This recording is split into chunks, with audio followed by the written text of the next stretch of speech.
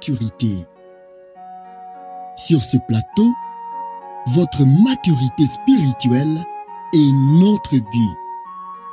Pour ce faire, nous vous partageons régulièrement les contenus édifiants des livres chrétiens, un contenu censuré à la lumière des Saintes Écritures pour que vous croissiez en connaissance et en grâce dans le Seigneur Jésus-Christ. Dans les partages actuels, nous venons nous entretenir avec vous sur le sujet « Le ciel d'après l'enseignement des Saintes Écritures ». C'est un contenu tiré des écrits de l'évangéliste Dwight Lyman Moody. Suivez cette série d'enseignements dans un esprit de culte. Priez pour vous-même et pour nombreuses autres personnes qui auront à suivre ce message après vous. Que Dieu bénisse votre audition.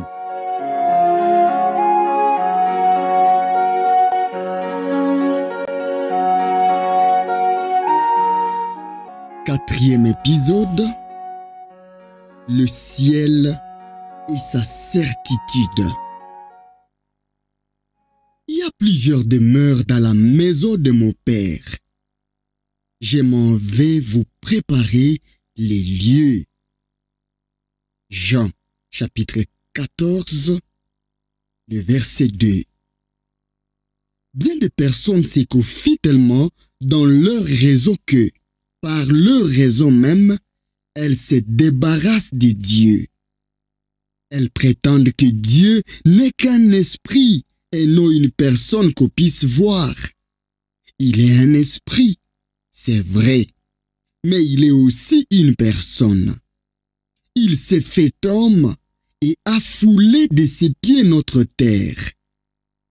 L'Écriture nous déclare positivement que Dieu a une demeure. Pour cela, il faut qu'il soit une personne. Nous les verrons dans le ciel, qui est le lieu de sa demeure quand nous-mêmes nous y habiterons. Dans 1 Roi, chapitre 8, le verset 30, nous lisons « Daigne exaucer la supplication de ton serviteur et de ton peuple d'Israël lorsqu'ils prieront en ces lieux. Exauce du lieu de ta demeure des cieux. Exauce y pardonne. » L'idée que le ciel est partout et qu'il n'est nulle part n'est pas scripturaire. Il est l'habitation de Dieu et lorsque le Christ est venu dans ce monde, il nous a appris à dire « Notre Père qui es aux cieux ». Cette habitation est comparée à une cité. Job, chapitre 2, le verset 10 et le verset 16. Mais c'est une cité sans cimetière. On n'y connaît point la mort. S'il en existait une semblable sur la terre, comme tout le monde y courrait. Quels efforts on ferait pour s'y installer? Mais il n'y en a pas de tel ici-bas. La cité du ciel ne voit jamais couler de larmes. Dieu les essuie toutes là-haut. Si les pleurs sont les lots de mortels ici-bas, ceux que Dieu introduira dans son paradis n'auront plus ni chagrin, ni douleur, ni maladie. Ils ne connaîtront ni les deuils, ni la mort. L'obscurité aussi en sera bannie. La ville n'a besoin ni du soleil, ni de la lune pour l'éclairer, car la gloire de Dieu l'éclaire et l'agneau est son flambeau. Apocalypse, chapitre 21, verset 27. Le jardin d'Éden lui était bien inférieur, car le tentateur put y pénétrer et séduire nos premiers parents, tandis que rien d'essuyé n'entre dans la cité céleste. Les tentateurs n'y est pas.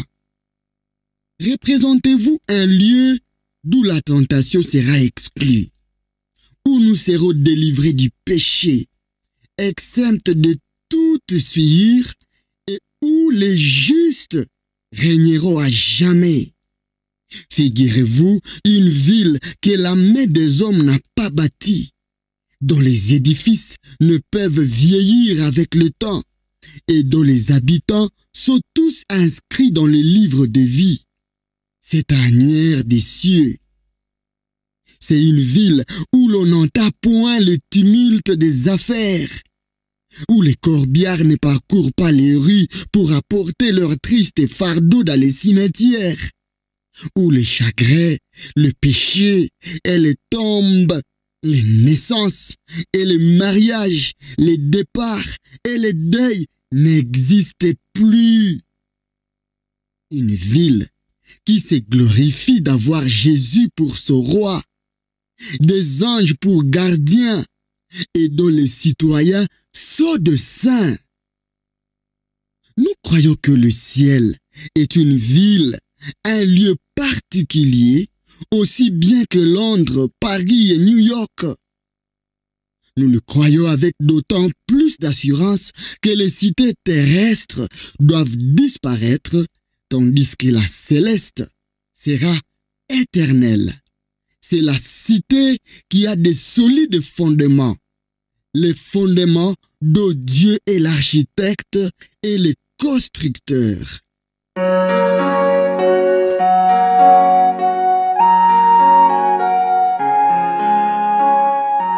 Tyr et Sidon. Plusieurs des plus grandes villes de ce monde n'ont pas été bâties sur des fondements capables de les faire résister aux injures des temps. Prenez pour exemple Tyr et Sidon qu'on pourrait comparer à nos plus importantes capitales. Le patriarche Jacob parla de Sidon en bénissant ses fils. Et lorsque le pays de Canaan fut partagé par Josué, Tyr et Sidon furent donnés à la tribu d'Asser, sans toutefois que les habitants en eussent été expulsés complètement. Il nous est dit dans Marc chapitre 3, le verset 8, que ceux des environs de Tyr et de Sidon, ayant appris ce que Jésus faisait, vinrent aussi à lui en nombre. Les livres des Actes, dans Actes 27, verset 3, dit que le capitaine qui amenait Paul prisonnier lui permit, quand le bateau relâcha à Sidon, d'y aller visiter ses amis et de recevoir leurs soins. Il y avait donc alors à Sidon une église chrétienne, mais les habitants adoraient la reine des cieux qu'on représentait couronnée du croissant de la lune. Maintenant, vous le savez, il en est qui adore une reine des cieux comme la lune sous ses pieds. Les Hébreux eux-mêmes tombèrent dans la même idolâtrie, frappés qu'ils étaient par la sereine beauté de cet astre. Les enfants ramassent du bois, les pères allument le feu, et les femmes pétrissent la pâte pour préparer des gâteaux à la reine du ciel et pour faire des libations à notre Dieu, afin de m'irriter, dit Jérémie, chapitre 7, le verset 18. Le peuple lui répondit, nous ne t'obéirons en rien, et ce que tu nous as dit au nom de l'Éternel. Mais nous voulons agir comme l'a déclaré notre bouche, offrir de l'encens à la reine des cieux et lui faire des libations, comme nous l'avons fait, nous et nos pères, nos rois et nos chefs, dans les villes de Juda et dans les rues de Jérusalem. Jérémie 44, 16 et 17. Nous ne sommes pas étonnés de trouver plus loin ces paroles l'Éternel n'a pas pu en supporter davantage à cause de la méchanceté de vos actions, à cause des abominations que vous avez commises. Et votre pays est devenu une ruine, un désert, un objet de malédiction, comme on le voit aujourd'hui.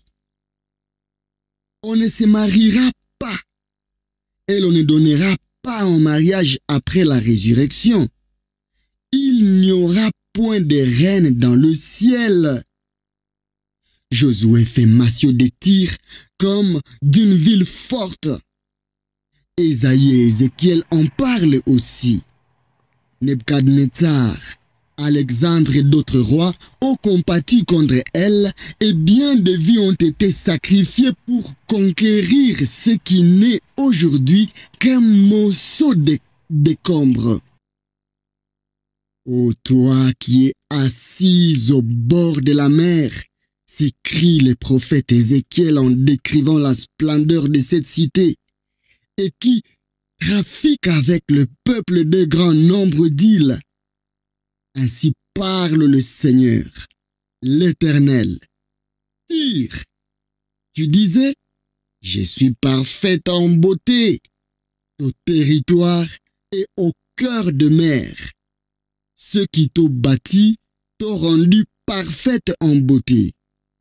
Avec des cypres de Sénir, ils ont fait toutes les lambris. Ils ont pris des cèdres du Liban pour t'élever un mât. Le fin lin d'Égypte avec des broderies te servait de voile et de pavillons. Des étoffes en bleu et en pourpre des îles d'Elisha formaient tes teintures. Tes richesses, tes marchés et tes marchandises, tes mariniers et tes pilotes, ceux qui réparent tes fissures et ceux qui s'occupent de ton commerce, tous les hommes de guerre qui sont chez toi et toute ta multitude qui est au milieu de toi, tomberont dans le cœur des mers au jour de ta chute. Ton cœur s'est élevé à cause de ta beauté. Tu as corrompu ta sagesse par ton éclat. Je te jette par terre. Je te livre en spectacle au roi. Au chapitre 26, nous trouvons des prophéties terribles concernant la chute de Tyr. Voici, j'en veux à toi, Tyr. Je ferai monter contre toi des nations nombreuses, comme la mer fait monter ses flots. Elles détruiront les murs de Tyr. Elles abattront ses tours, et j'en raclerai la poussière. Je ferai d'elle un rocher nu. Elle sera dans la mer un lieu où l'on étendra des filets. Car j'ai parlé, dit le Seigneur, l'Éternel. Elle sera la proie des nations.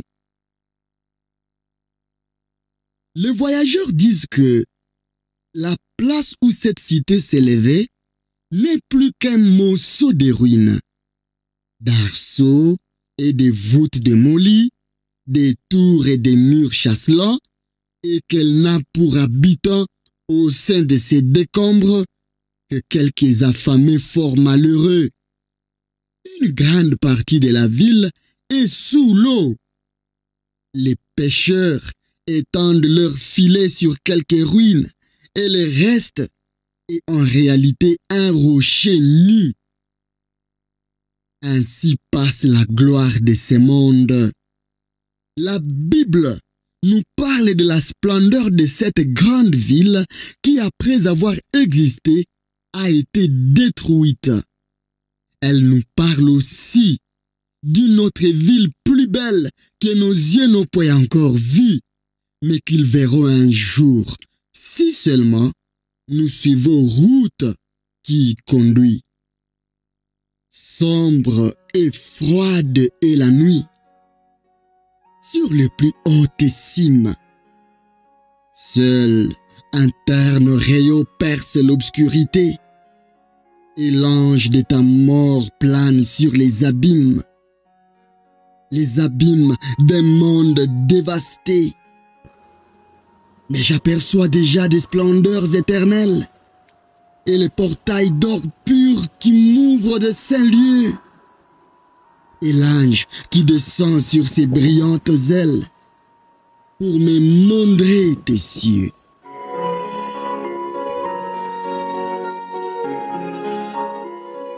Nos noms sont écrits dans les cieux. On raconte que 2 hommes se prirent des disputes un matin en voulant chacun désigner à quel point de l'horizon le soleil se leverait. Ils finirent par se battre si méchamment qu'ils ne furent plus en état de voir l'astre du jour au moment où il apparut à l'Orient.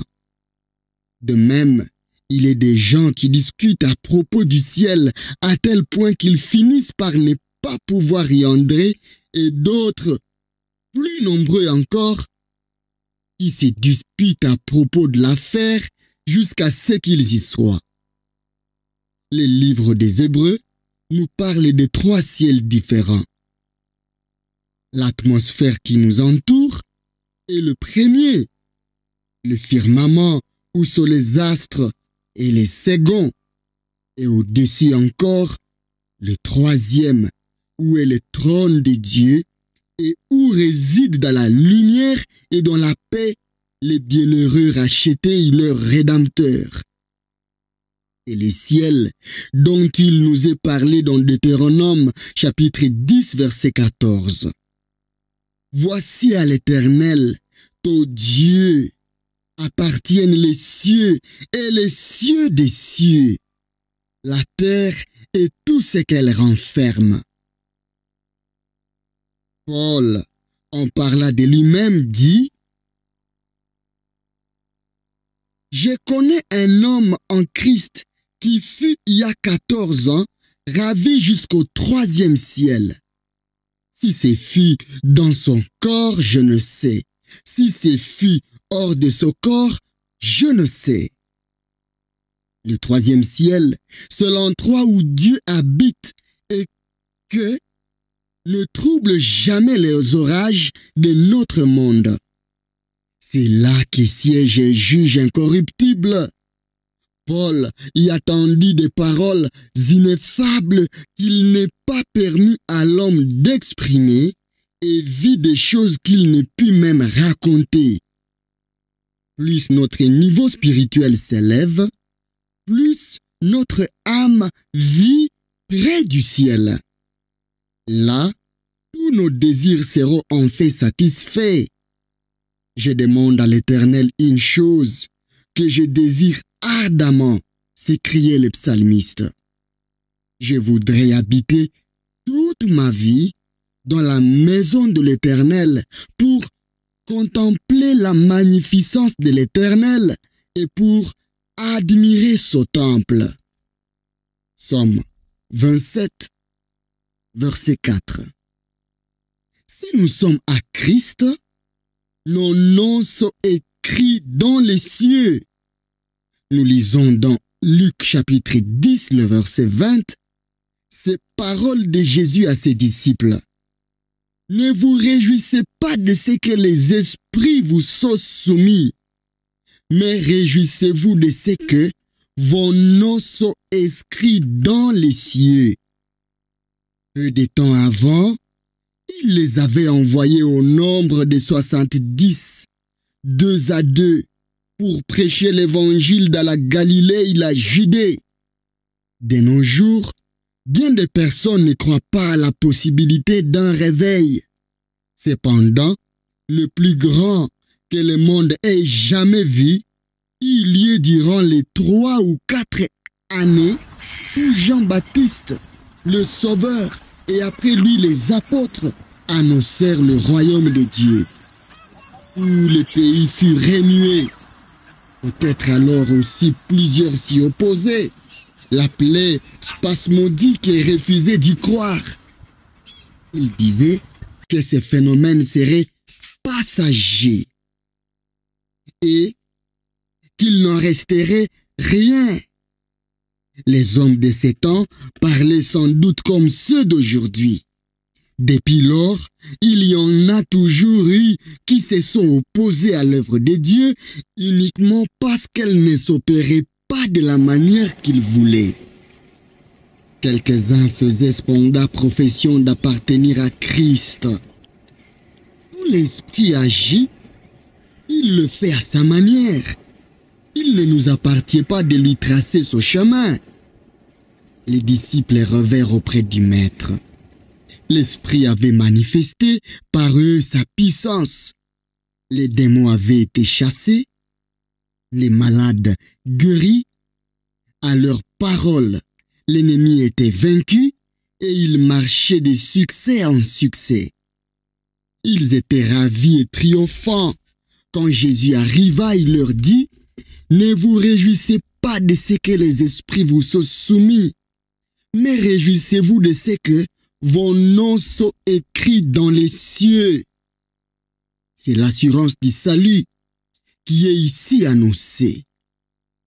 Je connais des chrétiens de tout rang qui n'acceptent pas cette doctrine. Ils croient que nous ne pourrons jamais savoir ici-bas si nous sommes sauvés ou non. S'il en était ainsi, que signifieraient donc les paroles du Christ que nous venons de citer? Comment puis-je me réjouir de ce que mon nom est écrit dans les cieux si je l'ignore? Les disciples devaient se réjouir d'être inscrits sur le livre de vie, car le nom de tout enfant de Dieu y est marqué à l'avance. Quelques Américains allant de Londres à Liverpool descendirent à l'hôtel du Nord-Ouest, mais toutes les chambres étaient déjà retenues pour plusieurs jours. Fort désappointés, ils se préparaient à reprendre leurs bagages pour partir, quand ils s'aperçurent que l'une des dames qui voyageait avec eux s'est disposée à rester. « Est-ce que vous ne venez pas avec nous ?» lui demandèrent-ils. « Non, dit-elle, j'ai ici des chambres prêtes pour moi. » « Mais comment cela fait-il? » « Simplement parce que j'avais télégraphié à l'avance, répondit la femme. C'est précisément ce que font les enfants de Dieu. Ils envoient leur nom d'avance pendant qu'ils sont sur la terre et s'assurent ainsi des places dans les demeures célestes. Si nous sommes vraiment des chrétiens, nos noms nous ont devancés et nos places seront réservées au terme du voyage. Ici-bas, nous sommes en voyage, loin de la maison paternelle. Pendant la guerre d'Amérique, les soldats se contentaient de dormir sous des tentes, mais ils soupiraient après le moment où la paix serait conclue afin de retourner chez eux. Ils ne désiraient pas d'avoir des palais et des châteaux sur les champs de bataille. Nous sommes maintenant au milieu de terribles combats sur cette terre. Mais quand les conflits auront pris fin, notre Dieu nous rappellera dans la maison céleste auprès de lui. Des tentes nous suffisent pendant que nous traversons le désert de ce monde. Le voyage ne dure qu'une nuit, puis apparaîtra un jour éternel.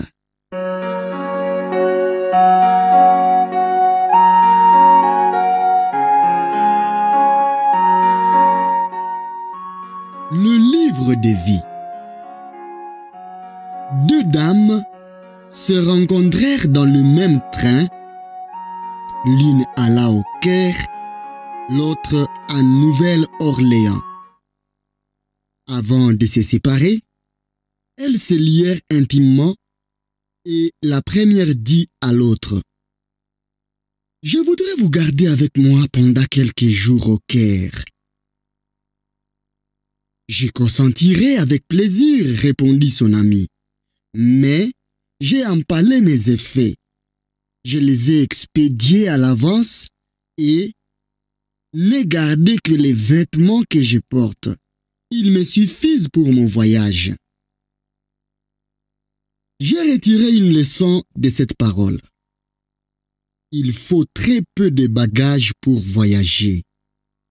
Il vaut mieux avoir des joies et des consolations en réserve pour nous au ciel que de tout épuiser durant notre fatigant pèlerinage terrestre. Dans les cieux, la victoire et le triomphe ici-bas, la lutte et la bataille, là-haut, les lauriers et les couronnes, ici les larmes de guerre et des combats. Quel tressaillement de bonheur éprouveront les bienheureux quand la conquête définitive sera remportée, quand la mort elle-même, le dernier ennemi, sera vaincu et que Satan sera traîné comme un captif derrière les chars du Christ.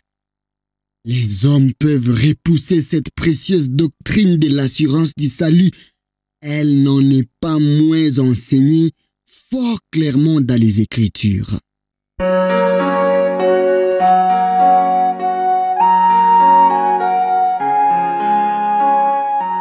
Les livres ouverts. On se moque souvent de l'idée qu'il y a des livres dans les ciels.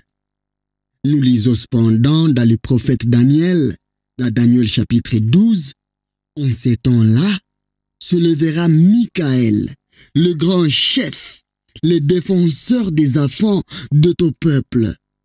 Et ce sera une époque de détresse telle qu'il n'y en a point eu depuis que les nations existent jusqu'à cette époque. En ces temps-là, ceux de ton peuple qui seront trouvés inscrits dans le livre de vie seront sauvés. Et toi aussi, fidèle collègue, dit Paul dans Philippiens 4, verset 3, je te prie de les aider. Elles qui ont combattu pour l'évangile avec moi et avec Clément et nos autres compagnons d'œuvre, dont les noms sont dans le livre de vie. Et il ajoute, en parlant à ces mêmes chrétiens de Philippe, au milieu desquels il avait souffert jusqu'à être emprisonné, saluez de ma part les frères et sœurs qui ont travaillé avec moi et dont les noms sont écrits dans le livre de vie.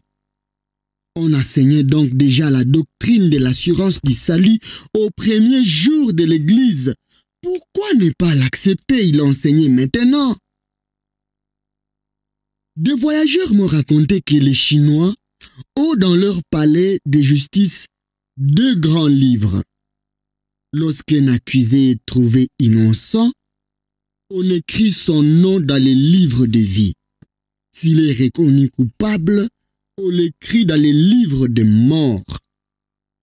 Je crois fermement que chaque créature humaine a le sien écrit là-haut, soit dans le livre de vie, soit dans les livres de mort. Le même nom ne peut se trouver à la fois dans les 2 livres, car nul ne peut être destiné à la vie et à la mort en même temps. Dans Apocalypse chapitre 13 verset 8, il est dit: et tous les habitants de la terre l'adoreront. Parlant de l'Antéchrist, ceux dont le nom n'a pas été écrit dès la fondation du monde dans le livre de vie de l'agneau qui a été immolé.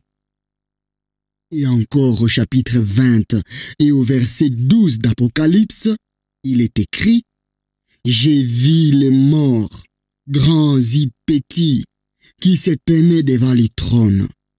Des livres furent ouverts. Et un autre livre fut ouvert, celui qui est le livre de vie.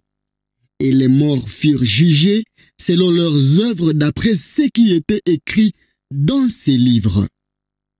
Plus loin encore, au chapitre 21, dans Apocalypse 21 au verset 27, il n'y entrera rien de souillé ni personne qui se livre à l'abomination et au mensonge. Il n'entrera que ceux qui sont écrits dans le livre de vie de l'agneau. Il ne saurait y avoir de véritable paix, d'espérance certaine, de vraie consolation dans les certitudes. Je ne suis pas du tout propre à accomplir un service pour Dieu. Je n'ai pu travailler pour lui si j'ai des doutes à l'égard de mon salut.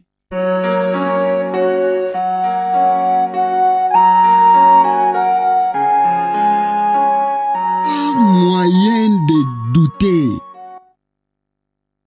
Une mère dont l'enfant est malade n'a aucun repos tant qu'elle le voit suspendu entre la vie et la mort. Si l'un de vos amis était parti dans un train et que vous attendissiez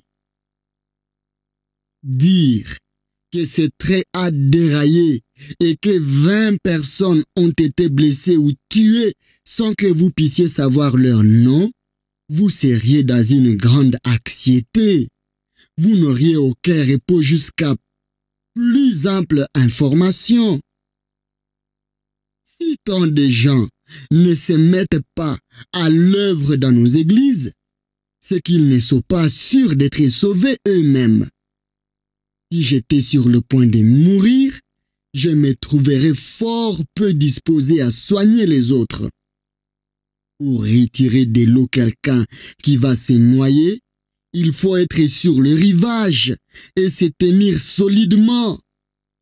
Nous pouvons, si nous le voulons, obtenir une complète assurance. Et ne nous suffit pas d'avoir le sentiment que tout va bien. Il ne nous suffit pas d'avoir un tel sentiment. Il faut le voir avec certitude. Il importe que nos droits au royaume des cieux soient évidents à nos yeux. Nous sommes maintenant enfants de Dieu, dit l'apôtre Jean. Il ne dit pas que nous allons le devenir. Les réponses de plusieurs personnes, quand on leur demande si elles sont sauvées, sont souvent de plus étranges réponses. Eh bien, disent-elles, je pense que je le suis. J'espère que oui. J'espère. Supposez qu'un homme vienne me demander si je suis américain. Répondrai-je, j'espère. Oui, j'espère que je le suis. Je sais que je suis né dans ce pays-là. Et je sais tout aussi bien que je suis né de l'Esprit de Dieu. Il y a plus de 20 ans. Tous les ingrédules du monde ne parviendraient pas à me persuader que je n'ai pas un esprit différent de celui qui m'animait avant de devenir chrétien. Ce qui est né de la chair est chair. Ce qui est né de l'esprit est esprit. On peut bientôt reconnaître cette transformation par le renouvellement qu'elle amène dans une vie. L'Esprit de Christ produit l'amour, la paix, la joie, l'humilité, la douceur. Il nous est donc facile de savoir si nous le possédons ou non. Nous ne sommes pas obligés de demeurer dans les certitudes sur ce point-là. Job, qui vivait il y a si longtemps, avait une parfaite assurance. Quand les sombres vagues de l'adversité fondirent sur lui, sa voix s'éleva au-dessus de cette tempête pour dire « Je sais que mon Rédempteur est vivant !» Ce n'était pas chez lui une simple conjecture. Tel homme a eu son nom écrit dans les fastes de l'histoire la plus ancienne. Mais les archives de cette histoire ont été perdus. Les noms gravés sur le marbre peuvent être détruits par les injures du temps. Même s'ils ont été rattachés à des institutions de charité, on a pu les oublier. Tandis que ceux inscrits sur le livre de vie ne seront jamais effacés. Autant vaudrait écrire les siens sur le sable de la plage que de chercher à la rendre immortelle dans la mémoire des hommes. Il faut le graver sur le rocher de siècle, aux rivages éternels. Vous ne direz pas que Ponce Pilate fut un saint parce que le Saint Paul en fait mention.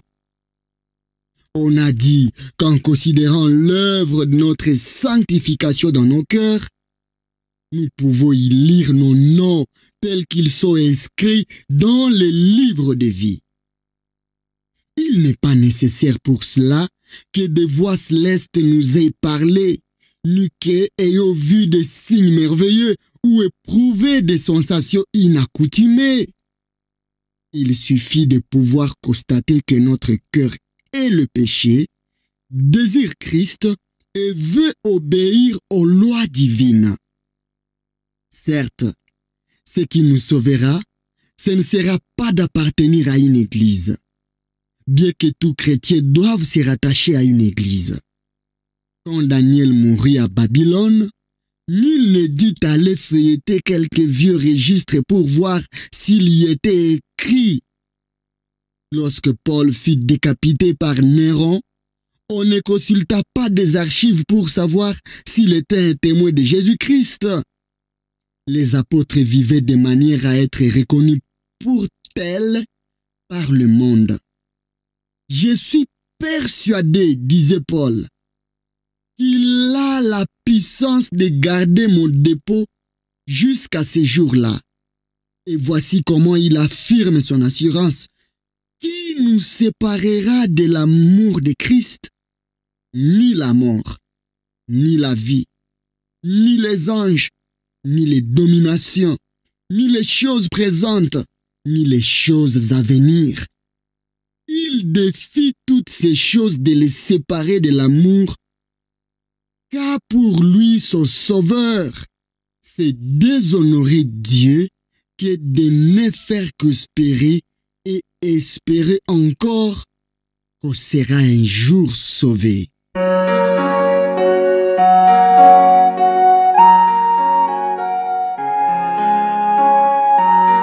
Les fausses professions. Mais il est des personnes pour lesquelles l'assurance du salut serait une dangereuse illusion. Par exemple, les membres inconvertis d'une église et ceux dont la conduite n'est pas d'accord avec leur profession de piété. Ils sont semblables à cet homme qui entra dans la salle du festin sans avoir un habit de noces. Ou comme ces lits qui ont une belle apparence, mais dont l'odeur est fétide. Ce sont des coques sèches sans amande. Les croisés portaient une croix peinte sur leur épaule. De même, bien des personnes se chargent de nos jours de croix tout aussi légères, des purs ornements, des passeports d'immortalité afin d'obtenir une récompense pour des combats qu'ils n'ont point livrés et pour une couronne qui n'a jamais été gagnée. Vous avez peut-être vu un poisson mort emporté par le courant, mais jamais nageant contre le courant. Tel est le chrétien qui fait une fausse profession de piété. Tel est l'hypocrite. Professer, c'est descendre le courant. Confesser, c'est le remonter quelque rapide qu'il soit. L'homme sanctifié est celui qui ne l'est pas. Regarde vers le ciel d'une façon tout à fait différente. Le dernier choisit naturellement le ciel, de préférence à l'enfer, puisqu'il faut aller dans l'un des deux. Si l'on offrait au propriétaire d'une ferme un terrain dans une contrée éloignée qui pourrait bien contenir une mine d'or, il ne serait pas du tout tenté de quitter ce qu'il possède pour s'en aller courir des risques. Mais s'il vient à être banni de ce pays, et si on lui donne le choix entre un désert et une mine de charbon à creuser ou une mine d'or, alors il n'hésite plus. L'homme irrégénéré préfère le ciel à l'enfer, mais il aime encore mieux ce monde que tout le reste. Quand la mort vient les regarder en face, il pense qu'il voudrait bien aller dans le paradis, tandis que le vrai croyant affectionne le ciel par-dessus tout. Il est toujours prêt à laisser le monde. Chacun désire aller jouir du ciel après sa mort. Mais bien peu comprennent la nécessité de s'affectionner aux choses qui sont en haut pendant cette vie. La patrie céleste est promise aux vrais chrétiens. Il a une entière certitude à cet égard et ne peut avoir aucun doute. Pendant qu'il est encore un enfant, l'héritier des grands domaines fait plus de cas de l'écu qu'il a dans sa poche que de son héritage futur tout entier. De même aussi, les chrétiens de profession sont parfois plus ravis d'un plaisir qui passe que de leur titre à la gloire éternelle. Dans peu de temps, nous serons là-haut. Que cette pensée est glorieuse. Tout est préparé. Christ est monté au ciel pour cela.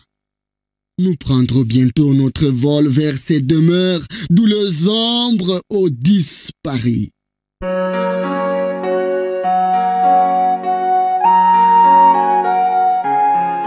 Immortel. Il est un mot fatal qu'imprime la lumière. Un rayon fugitif vers la fin d'un bon jour. Sur les nuages d'or que la brise éphémère emporte dans son vol sans espoir de retour. Ces mots y répétés dans toute la nature. Par le glas qui frémit, par le soupir des vents. Et par le bruit du soir de le triste murmure. Nous redit, tout finit, tout passe avec le temps. Sur les tempes des morts, dans le champ des silences, où tous nos bien-aimés dorment dans leur cercueil. On lit encore ces mots sans espérance. Pour le vieillard qui pleure, affaissé sous son deuil. Sur de traits amaigris, sur la fleur qui s'effeuille. Dans le vent qui gémit en balassant le flot. Dans la graine qui tombe et que nul ne recueille. Dans la barque qui sombre, on lit encore ces mots. Mais il n'est point écrit sur mon âme immortelle, dont le germe fécond plein de l'esprit d'amour prendra bientôt le sort en déployant son aile pour monter vers ce Dieu dans l'éternel séjour. Mais il n'est point gravé sur l'œuvre de mon maître. Je sème dans la nuit et sa grâce en tout lieu. Fait germer et mûrir, le jour fera connaître. Quelle richesse moisson j'assemble pour les cieux. Si tout ici finit, tout dans le ciel commence. Sur le porte d'or pur de la sainte cité. Si tout ici finit, tout dans le ciel commence. Sur les portes d'or pur de la sainte cité. Il est un mot divin, un mot plein d'espérance, qui réjouit mon cœur, c'est l'immortalité. Ah, vous le graverez sur ma funèbre pierre. Comme un rayon du ciel, il vous consolera. Il brille sur le front des enfants de lumière. Pour jamais sur le mien, il étincellera. Si tout ici finit, tout dans le ciel commence.